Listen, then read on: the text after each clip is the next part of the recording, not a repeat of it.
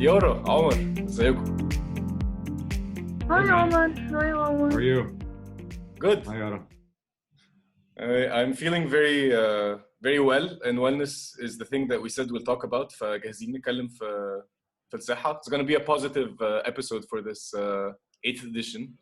والحاجة اللي احنا وقفنا فيها آخر مرة هي Yara prompted us to think about wellness when we were talking about how we would invest our own $100 million each.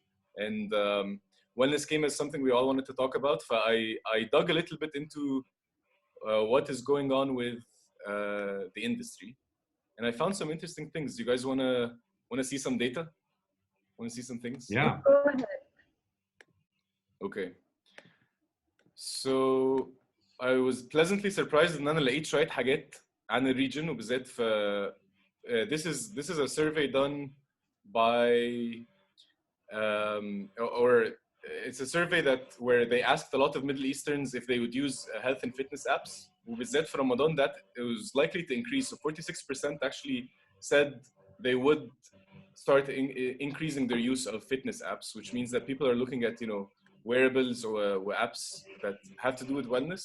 And also the wellness trends seem to be increasing, and there's a lot more awareness about wellness and food and diet and things like functional medicine.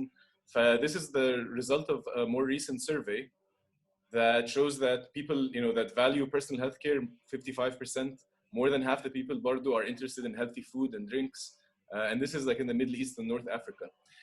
Now we see some evidence towards this being a trend, and we see it in like wellness centers opening up all over. My question to you is, when it comes to wellness and the role of digital health in wellness in the Middle East, which demographic should we start with?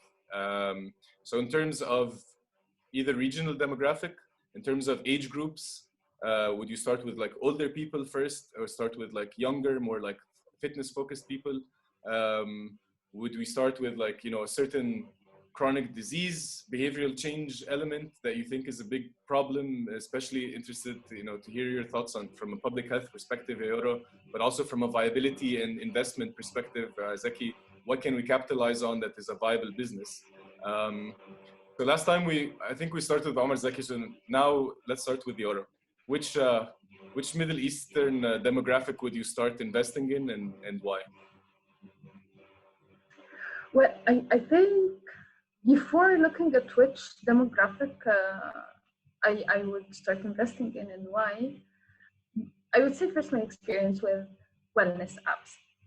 Lately, I've been super interested in trackers. So like a smartwatch, a back thing that tracks when you don't sit properly, which I'm not now doing, a VR thingy for meditation and stuff, all of them. And while they're like really, really good, and each one does what it intends to do, my dream for wellness is that I'd have one thing that would help me just manage everything, and I'd be a bit hands-off. Because now I need to do a lot of effort between this one and that one and the other one, and so many things to figure out what's going with me. And then I also need to, that's for me, like to download the data and start analyzing it based on how do I want to, or what do I want to figure out. So this is personally what do I want to have for myself. I want to have something that tells me, Yara, go to yoga today. It's like seamless and customized for you, and all in one spot, not scattered. Yeah, everything. Sit better, go to yoga, drink water, whatever it is it wants me to do. But I cannot have like 5 or 6 different things. And then I also think and analyze data. So in that sense, I think wellness apps and wellness trackers are on track, but there's still like a lot of way to go, especially for like a demanding customer like me. Which population would I invest in? I think I will go back again to women.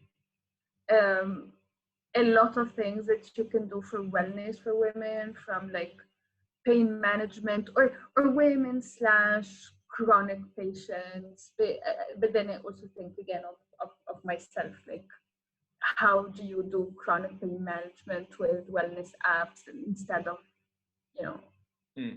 wandering on medications all day long. But then I would also think of elderly, growing population that mostly has their money to pay, but completely kind of like left off digital health in general, and then left off like wellness and improving their quality of life specifically. So that's the other thing they would also think about. Okay, so geriatrics and women, and Yeah. remembering people that often are overlooked in services. What about you, Omar? Where would Yeah, I mean, you I bet? think definitely Yara brought up some good points. I think, I would ask her on her first, kind of perspective, if that was the case, who would you go with, Apple or Google or Amazon as your one-stop shop for wellness? And I think that this is, None of them actually is doing a one-stop shop. None they're of not them. doing it. No, I know, but I guess what I'm leading to is the evolution of the different applications and technologies. Bardo, there's still a consumer behavior and trust issue related back to your data. Okay, so it's like this is kind of the big challenge that the industry is talking about, but going towards. So I think again, it's just a good observation because I agree with you, and I think most people agree they want simplicity in life, right? They want a one-stop shop, but at the same time, there becomes these other challenges that come into the situation. And it's Because wellness, like don't overburden us. yeah, yeah, agreed. It needs to be convenient and comfortable. I would agree with Yara Bardu on the demographic. I guess, in a way, from my perspective, coming as an investor or from an investment perspective, I would be looking for traction, right? I would be looking for the best and biggest way that we can create traction. And I think the female, especially, the mother, who is the centerpiece of the household, right? And who has the influence on not only the kids, but the husband and the parents, the elders, right? In terms of behaviors, she's, a lot of times, especially in markets like Egypt and the Middle East, the cook of the family that establishes the food and the nutrition for the family. So if she's bought into a wellness program, it will influence a lot more people and create some of the longer term preventive medicine kind of impacts, right? That we would be looking for with the chronic patients. And I would also, again, probably focus initially on the middle to upper class because of affordability, right? So, how are you going to be able to distribute a wearable and kind of give them that application on their phone? It really, there's still a bit of a purchasing power challenge there. That's how I would look at it. Yeah, that's really What interesting about in terms you, of Omar Sheikh? traction. So first, I want to share an experience. Hearing you guys, I was inspired with multiple things. So first of all, this idea of burdening people with wellness is a very real thing. And you both know I had this experiment that I was running for doctors. And the idea was delivering a wellness program. But what I realized is that actually delivering a wellness program can be a very stressful thing. And that's what I found. And I actually have an article coming up in AHIMA about how my program paradoxically increased stress. And I found a lot of research about this actually when it comes to, especially because I was focused on, so the demographic I really like is the high intensity executives and physicians, especially physicians because that's my experience being burnt out. But high intensity executives because they're a very interesting group and very engaged in their health and need to perform well. So they might, I think, can engage them much faster and also have money to spend on wearables and money to spend on they need to perform as part of their job. But what I learned, and that's something that's interesting, is that wellness is not the answer, because if I don't have time to sleep and you're telling me to go run, now هبدأ ان انا احس ان انا مقصر برضه في الجري. So it's like you need to support the person where they're at. This idea of compassion for these people, especially practicing self-compassion, is a very interesting space. But when I think of like a demographic, just to balance things off, since you both of you chose women, I'm going to choose men generally. And I think a really interesting thing for the Middle East is an app that would teach men about emotional well-being, like an app that would help men. Wait a second, we have learn. Emotions? That's a surprise, man. I was just as surprised as you are. It turns out, yes, we do. We have these things that we can tap into and experience things through them, and apparently emotions actually can pass through your body, or you can hold on to them for a very long time. I was reading this book that was saying that emotions actually pass through our body in like 90 seconds. And I don't know how both of you react to that, but I was like, what? That's not 5 years? Like, emotions take a really long time. Like, if I'm sad, I'm going to be sad for a while. But apparently there's so much that is understood about stress and understood about emotions that I think especially men are closed off to. Well, my wife was like, yes, of course, feelings only last for 90 seconds. So it's very obvious there. I didn't think so. I don't know. How do you guys feel about that? Yara, does that make sense to you? I mean, yeah, go ahead. No. No? How long does a feeling last?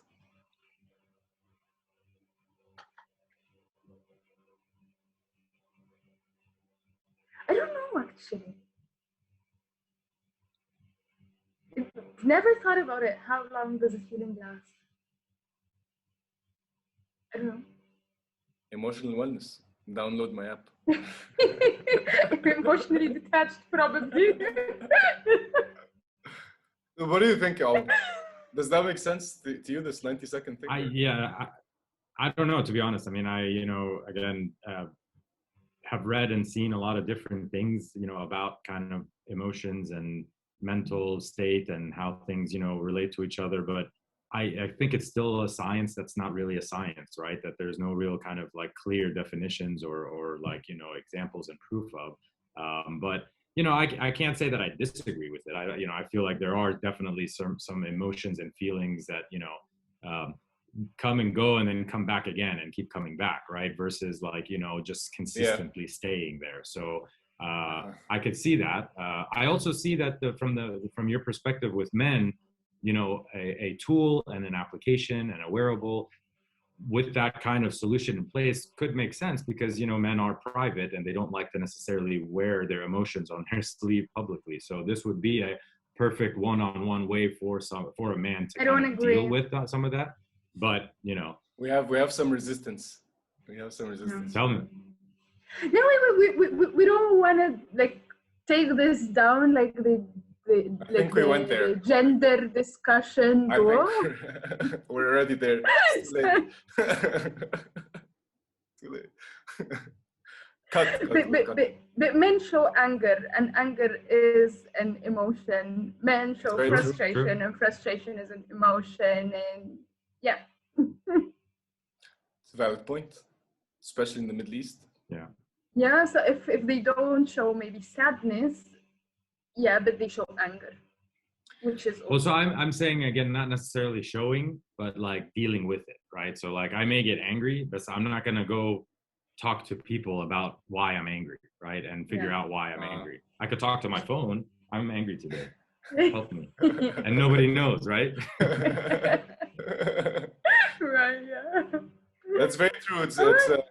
It's very different to understand what's going on inside us and be aware of it rather than express it. But Yara's point actually gave me an incredibly exciting idea for a bridge, Middle East America bridge, where the angry men of the Middle East are the coaches on the platform, and like the men of the Western world that don't express emotions at all are our clients. We'll show you in that could be fun. 2 sessions, and you turn into Seaside. I'll wait for your elevator pitch on that one. All right. This was a very interesting episode. Thank you guys for your time. What are we gonna talk about next time? What are we gonna talk about? AI, robots taking over the world. I mean, we could kind of maybe go off of this a little more into like mental health and talk a little bit about mental health and kind of what's happening in our region around the topic of mental health and the digital health tech solutions. Perfect. Yeah, we have a lot of startups that we talk to and see and engage with that are working on that, and a lot of new exciting ones. So there'll be a lot to report. Awesome. Mental health it great. is for the 9th edition. They'll be going on June 15th. But for now, register through the link for the newsletter so that you get these videos as soon as we publish them. And see you all at HIMSS, June 7th in Europe. It's digital, so not really Europe, sadly, but we get to see people from the European healthcare sector. Yara, Omar, have a fantastic day, and Thanks Thanks Good for to this see you guys conversation. again. Looking forward to the next one. Yeah, let's never get into gender issues or race or religion again. Especially with Yara.